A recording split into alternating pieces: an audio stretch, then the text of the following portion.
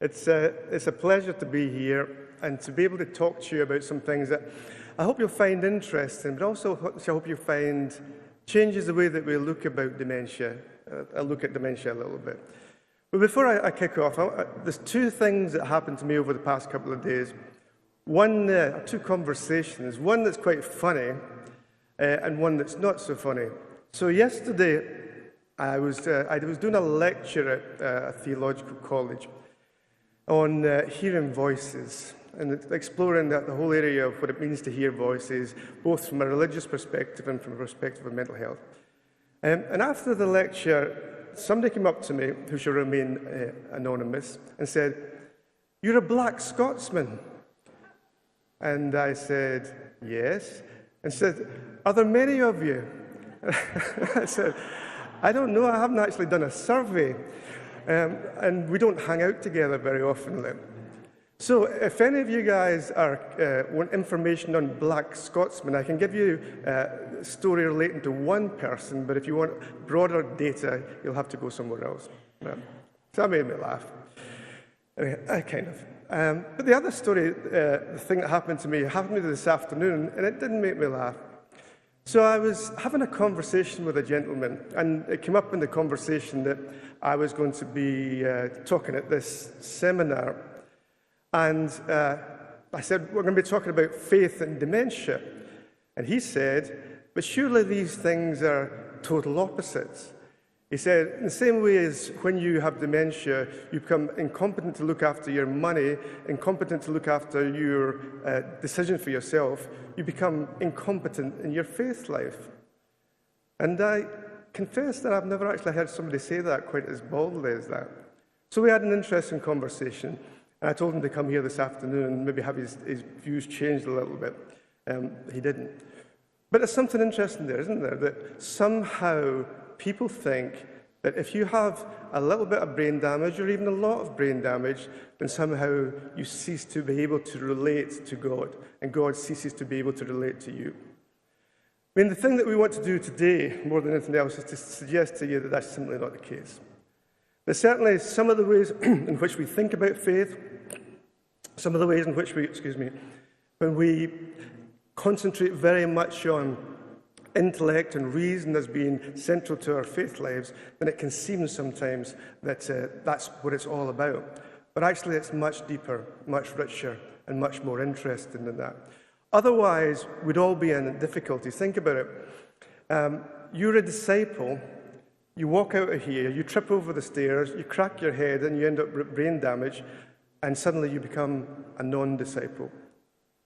Now, I would be very surprised if that's the way that God functions. So why would we think that God functions the same way in relation to dementia? So these are the things that I want us to be thinking about this afternoon. So there's a really interesting anthropologist called Clifford Geertz, and he talks about different ways in which we can describe the world, right? So he says, we can describe the world in a thin way, or we can describe the world in a thick way. So a thin description of, I don't know, this afternoon would be, we all were interested in dementia, we got into various forms of transport, we came down here, and we listened to a speaker. All of that's true, but there's not much detail in it. A thick description really digs into the issues. And so a thick description of what we're doing just now is we're people of faith called by Jesus to think about an aspect of being a human being that's profoundly important for society and for the church. And so we come together to learn together in order that we can change our perspective. So a thick description has emotions, has feelings, has perspectives that thin descriptions simply don't have. Now, one of the dangers when we think about dementia is very often people have a very thin description of dementia. So we say it's brain damage, and we kind of stop there. And we say that the person doesn't think the way that they used to be, so therefore they're not the person they used to be. And we kind of stop there. I want us to thicken our understanding of dementia this afternoon, so we can capture a multitude of different ways of looking at it, different stories, different perspectives. And if we see things differently, then ultimately we will respond differently to the things that we see. Because the way in which we describe the world determines what we think we see. And what we think we see will determine how we respond to the things that we see. So it matters the way that we describe things. So let's begin with a story. So there's a really interesting neurologist called Oliver Sacks, who some of you may have come across. His big book was The Man Who Mistook His Wife for a Hat. And what he is, he's a neurologist who really reflects on unusual neurological conditions. And so in this case, he talks about the man who mistook his wife for a hat. One of the stories in there is a man who has a stroke and becomes completely reoriented to the world in a different way. And he constantly uses his wife's hand as a hat rather than his own hat. And he tells this very rich and thick story of what that means for him and what it means for his relationships and his wife's relationships. But there's one story in there that I think will get us into the zone for what we want to be thinking about this afternoon. And it's a story called The Lost Mariner. And it's a story of Jimmy, who lived with Korsakoff's disease. Now, Korsakoff's disease is a form of profound memory impairment that's brought on by excessive use of alcohol. And so the primary symptom is a complete loss of short-term memory.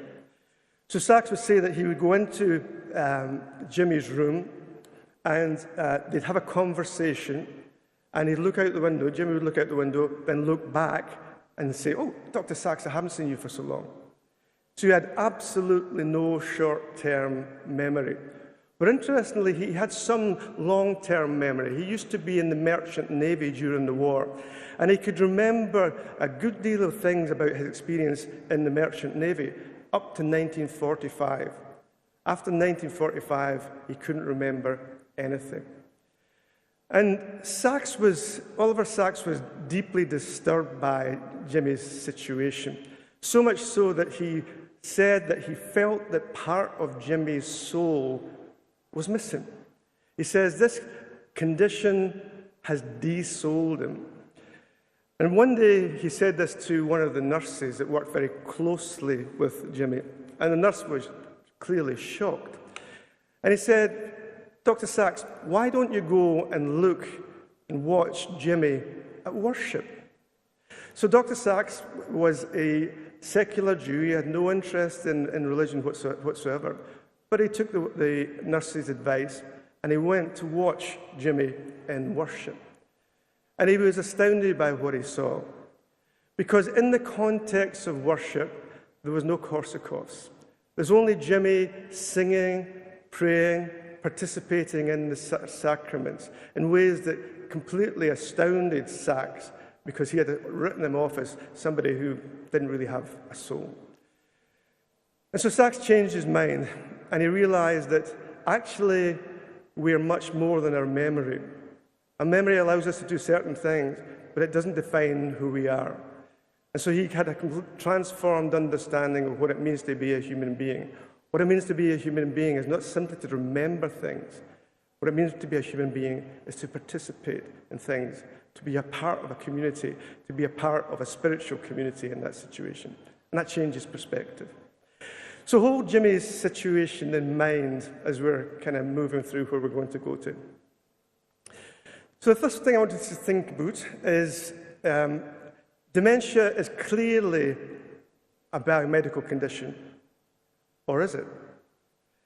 You know, at one level, it's a neurological condition. You can see it. You can see a good deal of damage that people have within their brains for those people whose brains are scanned. But it's much more than that. I mean, it's very interesting when you look at the studies that have been done for people who are moving from their home into a care home. And very often people with dementia become deeply disturbed, deeply confused, and their condition becomes exacerbated with a change of venue. And that's because dementia relates not simply to your neurology, but to your sociology, to your psychology, to your community. There's much more about dementia than we sometimes think.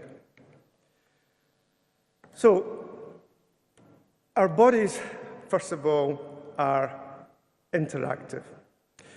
So we could say certainly that dementia is brain damage. It's true. But then we have to think about what the brain is and how the brain functions. And one of the interesting things about the brain is that it's interactive, right? So unlike your nails, your teeth, or your hair, which just grow according to preconceived genetic patterns, your brain, and indeed your whole nervous system, but particularly your brain, works in a different way. Every time you engage with something, experience something in the world, your brain records that.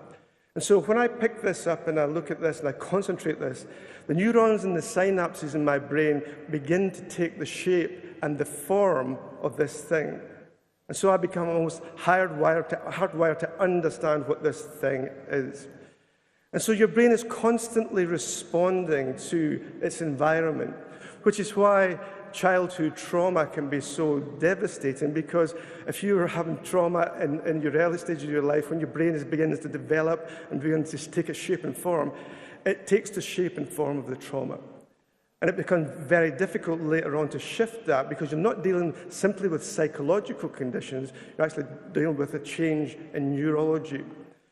And you can see it very clearly in things like post-traumatic stress disorder. One of the reasons why post-traumatic stress disorder is so difficult to shift is because you have a reconfiguration of your neurons and your synapses. It takes the shape of that trauma and constantly plays it back.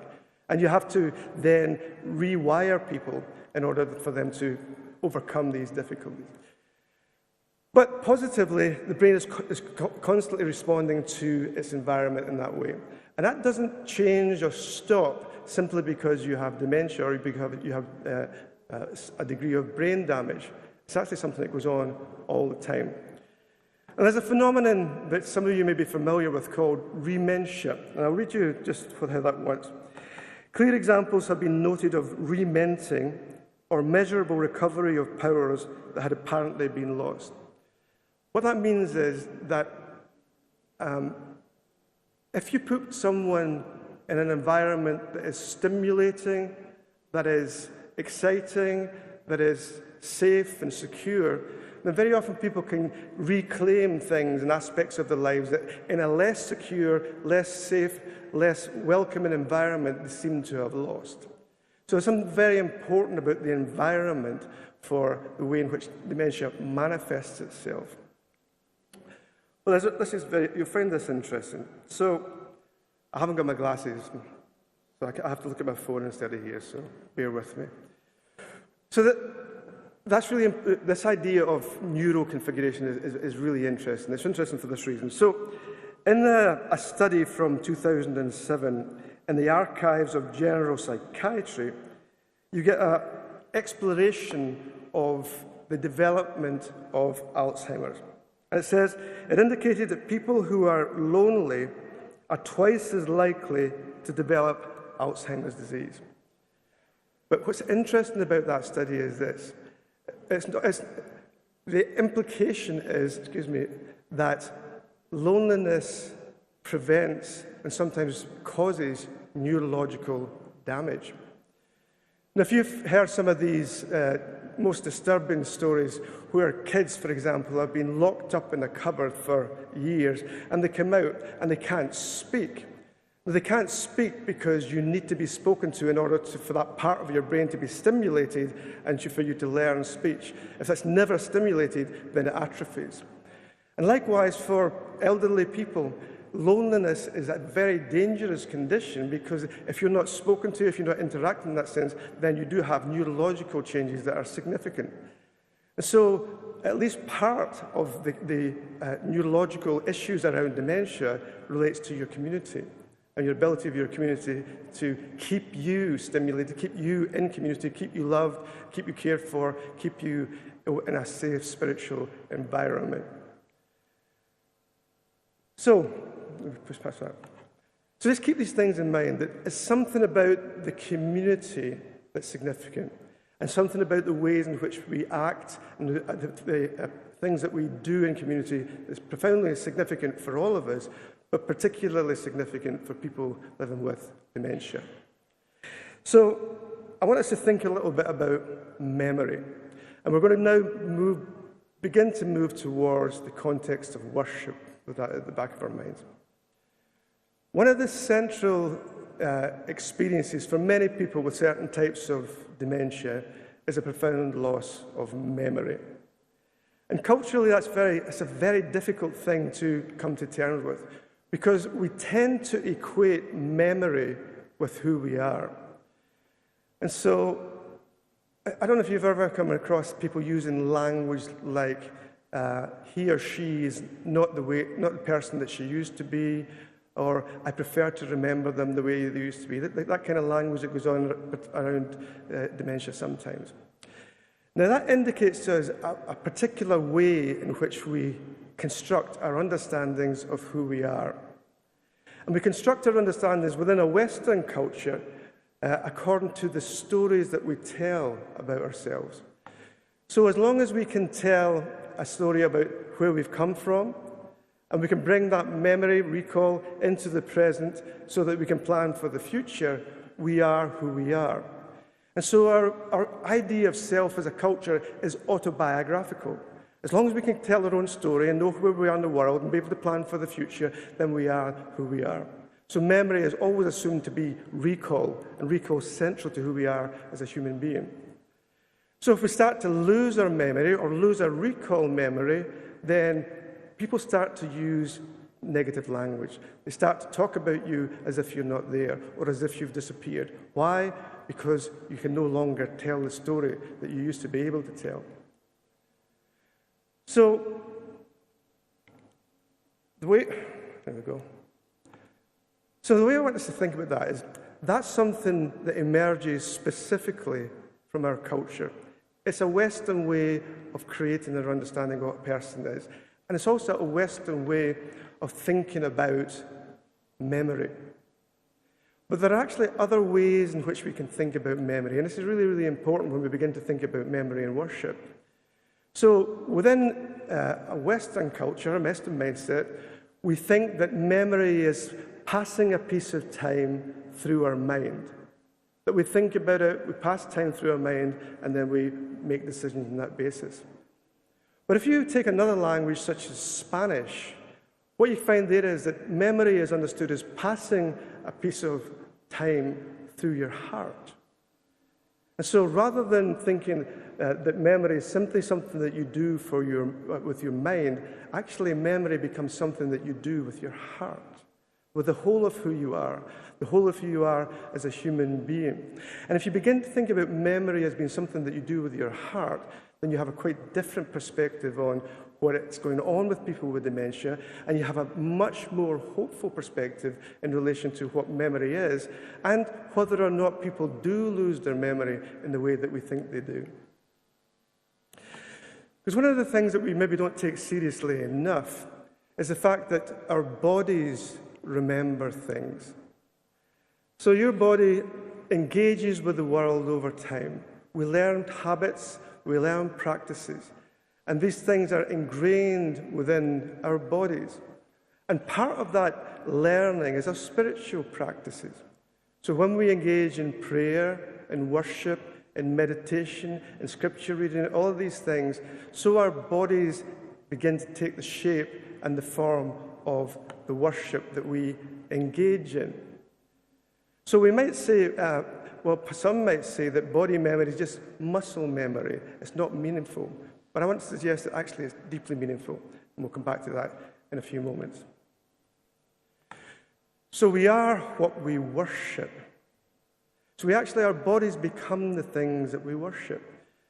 A colleague of mine, James Smith, has written a book recently on arguing the case for we are what we love. And he says, yes, that if you're an athlete, and if you spend the whole of your life fascinated by your body, then that's what you worship.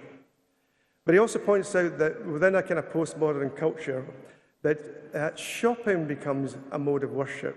That people actually substitute some worship activities for shopping. And he points out that the way in which certain shopping malls are laid out is very similar to chapels. You have an atrium, you have surrounding pieces of equipment that help you to see things differently and to attract you in different ways. And so if you shop a lot, then it becomes your place of worship. However, I want us to be thinking about, if you're a Christian, and if you're constantly practicing your faith in your body, then you become what you worship. Now, the Apostle Paul has something interesting to say here, I think. He says in 2 Corinthians 3, 2-4, he says, the only letter of recommendation we need is you yourselves. Your lives are a letter written in our hearts.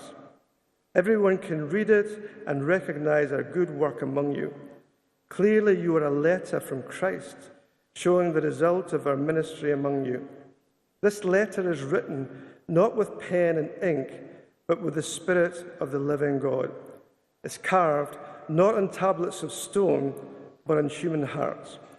We are confident of all of this because of that great trust that we have in God through Christ. Now think about that in the context of worship. You know, if you can imagine for a second, many of you I'm sure can, being in a context where you're engaging in worship with people with dementia or a person with dementia. You come into that situation, and so you bring out your piano or your music or whatever it is, and you begin to say some prayers. And suddenly, people who previously have not really engaged with you come into the room in a different way. People experience the world in a different way. What Paul's saying there is that when you see people's bodies begin to move to the rhythm of worship, be that in prayer, be that in sacrament, whatever it is, you're seeing a letter that's been written on their bodies by Jesus. It contains neurology, but it's not defined by neurology. And so each of these movements is a movement of worship. Each of these movements that somebody engages in is a gesture towards God. Now, it may well be that people are no longer able to cognate things in the way that they used to do, and think about it in the way that we used to, and also think about it in the way that very often we assume they should do, but their bodies haven't forgotten. And Paul's pretty clear that the Spirit groans with words that we cannot understand. And the Spirit doesn't abandon your body. If you think about the Genesis account of creation, God creates human beings out of dust and blows God's breath into them, and Adam becomes a living being, held together, held in place only because of the breath of God. So each one of our bodies in that sense is held in place and exists only because of the breath of God. Genesis doesn't say that God created a human being and prioritized their brain. He says God created a human being in all of its fullness. The Incarnation tells us exactly the same thing. God cares for human beings in all of their fullness, not just simply your brains, but all of us, each cell of your body. And so what you see there in that context of worship is spirituality worked out in the present, memory worked out in the present. So we're very used to thinking memory is something that happens in the past and we bring it into the present. But actually what you do when you see people is memory working itself out. And so when you begin to shift your focus a little bit in the context of worship, you begin to see different things. Because one of the things that's absolutely necessary to do when you're engaging in worship with people with dementia, and probably we should be doing it all the time, is to slow down and take time for those things that the world considers to be trivial. So when you slow down and move into a different mode of time, you begin to see things that you wouldn't see at other points. You know, you've probably had that experience where you're with someone and they suddenly for a moment they're with you in all of the fullness.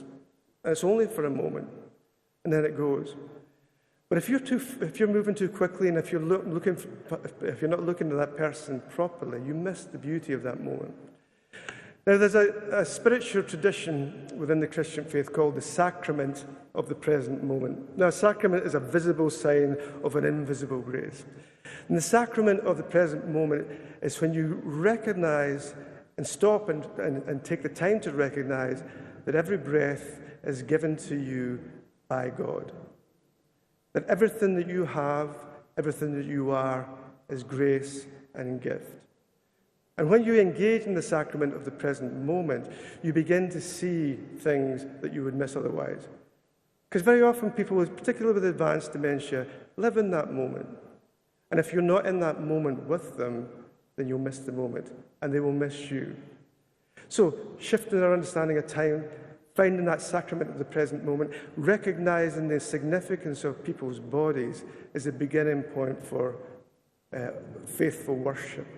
So let me give you two examples of things that I think you might find interesting. One of my friends, colleagues, is a chaplain who works alongside people living with advanced dementia. And she told me this story the other day about a woman that she was working with called Beatrice. And so Beatrice was in her 90s, and she had quite significant dementia. And for most of her life, she was kind of disengaged. It's very difficult to get through to her. But my colleague, went and sat beside Beatrice, and they sat down, and she said to Beatrice, Beatrice, I'm going to pray with you. And so Beatrice didn't say anything. And so she sat down and began to say the Lord's Prayer. And she said, Our Father. And as soon as she said, Our Father, Beatrice began to pray. Now, my friend said, I have no idea what it was that she was saying. I couldn't understand a word of it, but I know that it was intentional. She was saying something. And then she went back to that passage from Paul, saying, the Spirit groans with sounds that we cannot understand. And she said, I suddenly realized what that meant as I saw it embodied in Beatrice. And so Beatrice prayed, and she prayed, and she prayed, and eventually my friend had to stop her because she was constantly keeping going. So she said, in the name of the Father, Amen, and Beatrice stopped. And she was gone again, in the sense that she was no longer responsive. But in those few moments, something profound happened. And my friend said to me, the key thing to think about in relation to Beatrice is that Scripture tells us very clearly that when people pray, God listens. When Beatrice prayed, something changed in the world. And I thought it was a really beautiful illustration. When Beatrice prays, something changes in the world. A world that will write off people like Beatrice, and sometimes religions that write off people like Beatrice. Perhaps she is a prayer warrior in a different way, in a more gentle way. So keep that in mind, that sometimes we forget that because you have some degree of brain damage doesn't mean you're not a disciple, and doesn't mean you don't have a vocation. So music and memory is another thing that we need to think about as I'm coming towards the end of what I want to say to you. In the midst of that service that I've got, I want you to imagine if you're playing the music and suddenly people begin to respond. I want you to think about why that is and how we might think about that.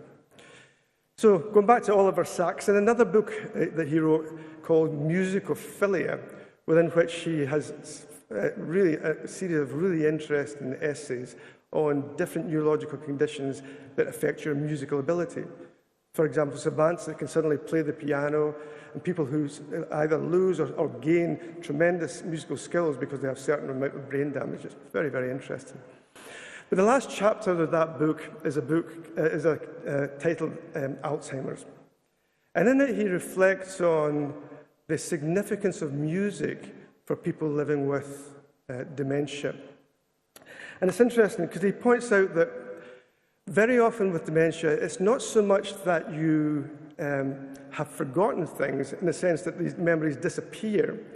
It's your inability to access them. So the neurons and the synapses that enable you to get to the memory are broken, so therefore you can't get to that memory. And so you've got a memory there, and all of us have this. Most of our memories are still in our head somewhere, but you just can't quite get to them. But he points out, in the way that we've been talking about, that the brain is plastic, so it's constantly on the move, constantly connecting and reconnecting. And the part of the brain that's responsible for processing memory, now memory is processed all over the place, but there's parts of it are more focused, is very close to the part of the brain that relates to music. And so what the brain can do is it can reconfigure the impulses around the damage using the neural pathways of music in order that a person can access their memories. And so as long as the music's playing, people will access this memory. And of course, if you think about what a memory is, to experience a memory, it's not just like you hum along to music. It takes you to a place, it takes you to a time, it takes you to a set of relationships in the community, it takes you to an identity within yourself that you may have forgotten or maybe in the past. So as long as that music plays, people can access these memories, and people can find great joy and great comfort in these memories. But only as long as the music plays. So as soon as the music stops, and so the access to that memory also stops. So people will have a little bit of residual happiness, but they won't, gradually over time, they won't be able to identify what that means. So the key thing for us in terms of dementia care and dementia care in the context of worship is to be able to prize that moment. To be able to recognize that it's much more than simply people singing and being happy, nice as that may be. That actually something profoundly important is going on during that time space. And the only way that we can recognize is that by engaging in the sacrament of the present moment and realizing that. And also recognizing that when that moment has gone, we need to move on. So it's a little bit like Peter when he's on top of the mountain. He wants to stay in the mountain in transcendence forever and ever. And Jesus says, you've got to come down the mountain. It's disappointing. But if we can be in that moment, then wonderful things, in principle, can happen for us. So, one more thing to tell you. And this is a theological point. This is something that I think the Christian tradition brings to the table in a way that nobody else can do. Whereas we tend to think that our memory is trapped within our heads and trapped within our neurology, as we've seen, actually that's not true. It's within our bodies. Very often it's within our communities. But ultimately, our memories sit with God. And I'll give you a story as I close that can illustrate that. So, one of my colleagues, Margaret Hutchison, who is a nurse that lives in Adelaide, she gave me this story many, many years ago, but it will make the point I want to make. And she talks about this woman who was in what was then called a dementia ward. Thankfully, people don't name things that way nowadays. But this woman was going through kind of the mid-stages of her dementia journey, and she was normally a very placid, very peaceful person who just enjoyed life. But for no obvious reason, she suddenly became deeply disturbed. And so she started to walk up and down the ward, repeating the same word over and over and over and over again. And she was clearly anxious, clearly distressed. So the ward team got together and they decided, what can we do with this person? Should we put her to a locked ward? Should we medicate her? Should we restrain her? All the standard ways in which a medical context, the options you might have for dealing with a situation like that. But eventually one nurse got alongside her, and this nurse was a Christian, and she started to walk with her. And so she walked up and down the ward, and she began to listen to this woman. And she worked it out. The woman was saying the same word over and over again, and that word was God. So she's saying, God, God, God, God, God, God. And the nurse almost immediately worked out what was going on. And she said to the woman, "Are you afraid that you're going to forget God?" And the woman stopped immediately and looked her in the eyes, and she said, "Yes." So all of her life, she had been a Christian. Her whole identity, her whole way of being in the world was shaped and formed by her perspective on God and herself as a disciple. And she was terrified that if she lost her memory, then she would lose God. And so the nurse said to her, "Well, you may well lose your memory of God, but God will never forget you." And immediately she found peace, because she recognized that, well, I may well be a time when I can't do the things that I used to be able to do, but God can always do the things that he's able to do. And I think it comes to the context of worship and dementia. That story takes us right into the zone. It's never about what we can remember. Faith is never about what we can remember. It's always about how God remembers us. Because we live in fragile, broken bodies that fall apart over time, but God remains steadfast.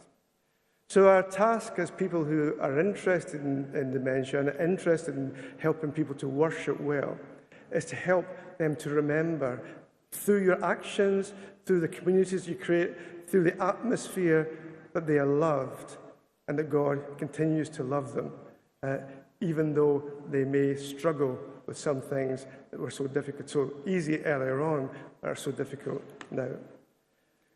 So there's one thing I want you to do before we go. Love sits at the heart of the gospel. It's all about love.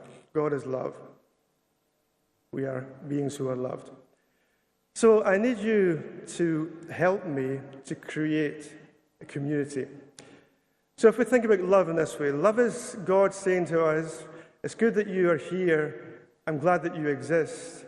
And that's saying to one another, "It's good that you're here. I'm glad that you exist." I'd like you to say that to the person beside you, even if you don't like them. We did one of these seminars was it Turramurra, I think it was. And like everybody was having a great time loving one another, and I was standing up here on my own, nobody loved me at all. So and you guys did the same thing. You created me as a marginalised group. It's outrageous. But the simplicity of that is what I want you to think about. Like, people with dementia are people who need to be loved, like all of us. So thank you for listening. Well, thank you, John. Now we're going to have questions. So I've got some helpers who are going to help me distribute microphones. One's Nina. I think the other one's Rhiannon. So if you'd like to ask John a question, please let's make the most of having him all the way down under. So just grab the attention of these guys, and we'll be able to hear your question on the microphone. Thank you so much. Hi, John. I'm a chaplain in aged care. Hi. And what I've discovered just really recently is some of the group worship things that I've been able to do with the residents are no longer working. With some other research with other people who are more skilled in dementia than I am, they have said that there's no group work actually working very well in that area at the moment. Would you think that worship is better off one-on-one with dementia as opposed to groups? Worship is always a communal activity in the sense that it's something that we do together. Right? But sometimes the type of community that we find ourselves in makes it very difficult for us to worship. So it may be that somebody has particular concerns or particular neurological damage. It makes it difficult for them, for example, just to be in a crowd of people. Right? Or even if you've got really bad hearing and your hearing is difficult to be a lot of people. So for some people, one-to-one worship is definitely a good way to do it. Like. For others, it would depend on the context within which you're doing it. So I think one-to-one worship is definitely authentic, but also having somebody who feels that they're participating in something beyond themselves is also important. Yeah. We're just a group of people from a church that visit a nursing home. There's a lot of people with dementia there, and I know you've talked a lot about memory. What if people don't have any memory of Jesus or church or anything like that, having been in their lives? Even from long ago, how do you connect with those people about Jesus? What does the research say how do you reach their heart when they don't have any of those long-reaching memories that you can try and draw on, or music that you can use to bring them into that conversation? Well, I mean, you've put your finger on a really important point, because if I can give you an illustration, like the church I go to back home is a Presbyterian church that thinks it's a Pentecostal church. So it kind of does a bit of both. That's why you like it, John. That's why I like it. It's exactly why I like it. I'm having a difficulty to keep my hands down. However, we never do the same things twice, right? So every week is different. Every week has different songs, different prayers, different. I mean, the basic shape and structure is the same, but it's different. So, and that's the same for a lot of churches, that people don't really get the opportunity to build up the neurological thickness that's necessary, that when it comes to the time of dementia, that you're able to be contacted by in these different ways. I mean, so good dementia-friendly worship is repetitive and boring over time, because that's the way that you learn things. And so I don't have an answer for your question. If your question is how do you reach people who have had no connection with the church whatsoever, how can you reach them with your worship and music later in their life? I don't know what the answer to that is. I would have done 10 years ago, because most people would come through Sunday school and most people would have these formative years where they can build that up. Now it's a very difficult thing. I don't think to my knowledge, I don't think anybody's really looking at that, but I think we do have to look at that. Hi John, I'm in aged care too, working in facility, and we do run church services and have volunteers running them in the dementia specific unit. Is there anything you would say it's a very challenging space, and it all depends, it changes all the time with the mix of people in there. Yeah. So it's always challenging. Is there anything you would say in order to set up that space that you can put into that space that might help with memory and to help then to officiate over a service of sorts? You mean in terms of resources? Or just, setting up a cross, a candle, different things like that. Obviously, you're catering to people from different denominations and, running something very simple. I think some of those things help prompt memory, but they're going to be quite different and diverse. They are. That's absolutely right. I don't want to avoid the question, because I think the question is absolutely right. But the Faith for Life materials that are going to be talked about later on are kind of designed to help you to fill that space with content in that sense. But there's certain forms of music and certain icons, the cross, for example, that are across denominations. So the key thing would be to find the most powerful cross-denominational images to use, both in terms of music and in terms of the physical things that you grasp on. But I think that you might find some help in what the other folks in this seminar have to say. Well, thanks. I'm involved as a music volunteer in dementia care, and I'm interested in the question of how music actually helps memory. Does it have to be a piece of music that's very specific as being special to that person, or do other kinds of music work and somehow open up those pathways to memory? Can you talk a bit about that? Yeah. Well, Joanna will speak about that a little bit later on that very point. So I don't want to encroach on what she's got to say, but I would say that the forms of music that are most effective in that sense, if that's the right word, are things that people are close to, things that people have clearly been part of their history and has been significant to them over time. So I'll give you an example. I have a colleague, and that's a friend actually, who's creating a memory box just now. And in it she's putting all the music she has that she wants to be played to her if she ever has dementia. And so in that box she's putting in Led Zeppelin, Deep Purple, the Eagles. It's great. And her one fear is that people will play Scottish country dance music to her when she gets into So she's preparing the way. Mine's more of a comment. I work in aged care and have been doing dementia services for many years. And just in the setup, I have found it very helpful to have the hymns playing beforehand as people come in to the space. And we are fortunate where I work to have a dedicated chapel that's got some pseudo stained glass windows at the back. And so that, I think, can help, because sometimes people can be quite agitated and, different behaviors, but that helps to settle.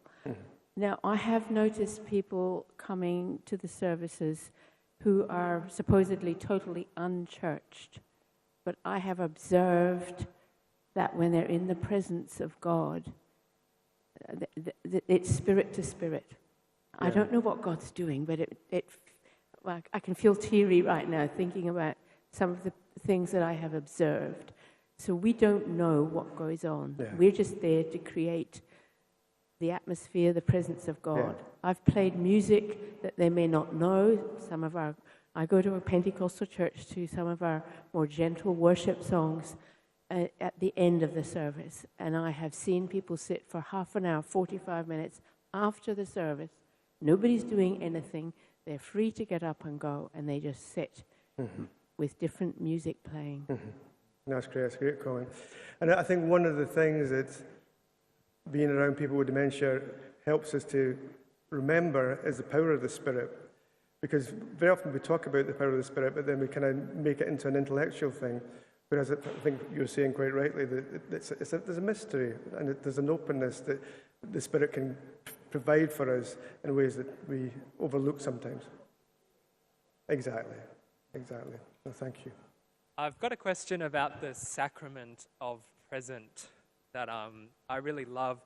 I'm not a researcher in dementia, but I was just listening to it reminded me of a piece of research done by one of my friends who's a youth researcher about presentism in youth culture, where millennials today live in the now. What's the difference between what we see as harmful in youth culture living in the now and I guess the redemption of living in the now that you're speaking of, and how can those things dialogue with each other? Well, I think that's a very good question. And I think it's fair to say that presence and lack of presence is one of the most significant cultural issues that we face at this moment in time. If you look at the way that people use their phones, if you look at the way in which people engage, if you're in a restaurant, you're sitting in a restaurant, you look across at the table, there'll be 4 people all on their phones doing different things. So they'll be present within that room and that table, but not present beyond that. And so there's a cultural problem with presence, I think, which is manifested quite sharply in the context of dementia, because if you're not present with a person with dementia, then you may as well not be there at all. So there's a kind of tension between a culture that says absence is the best way for you to be, and a human experience that says, actually, we need to completely rethink our understanding of presence. And so the idea of the sacrament of the present moment is countercultural. It calls us back to the significance of being present, not just with people with dementia, but actually with all of us. Thanks, John. 2 more questions. There's one up here. Hi, John. Terrific. Hello. Mine is just a comment. I was thinking we always think about residential care. We don't think about community. And we have many people who are very early with dementia. So maybe the need for us in the community as well to look at people who are early and their lives with Jesus and how we take that forward. Yeah. Thank you for that. Now, I think there's one up there, and I think there's one more question down here as well. They might be our last 2. If you can just run the microphone around here, Rhiannon, the back and then front. Thanks. Do you have anything to share with us about ministry to staff who are working with people with dementia? Yes.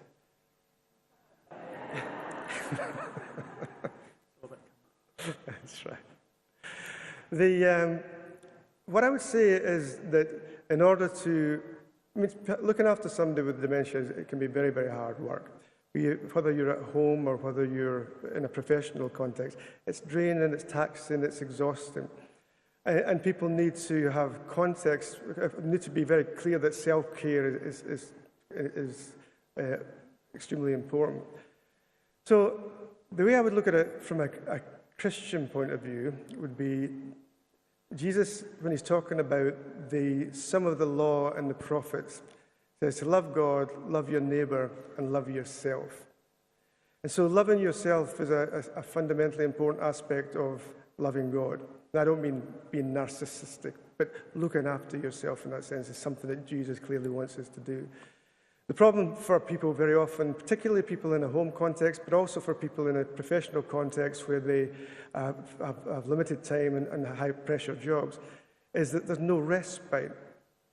And so one of the gifts that I think that the church can offer to families in particular, but maybe professionals as well, is the gift of respite. To be a place where there are people who are there to offer friendship and respite on a short or a long-term basis is actually something that's fundamental, I think, to the idea of the body of Christ.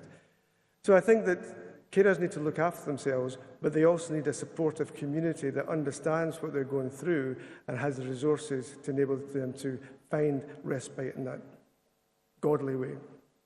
One last question here at the front. There, thank you.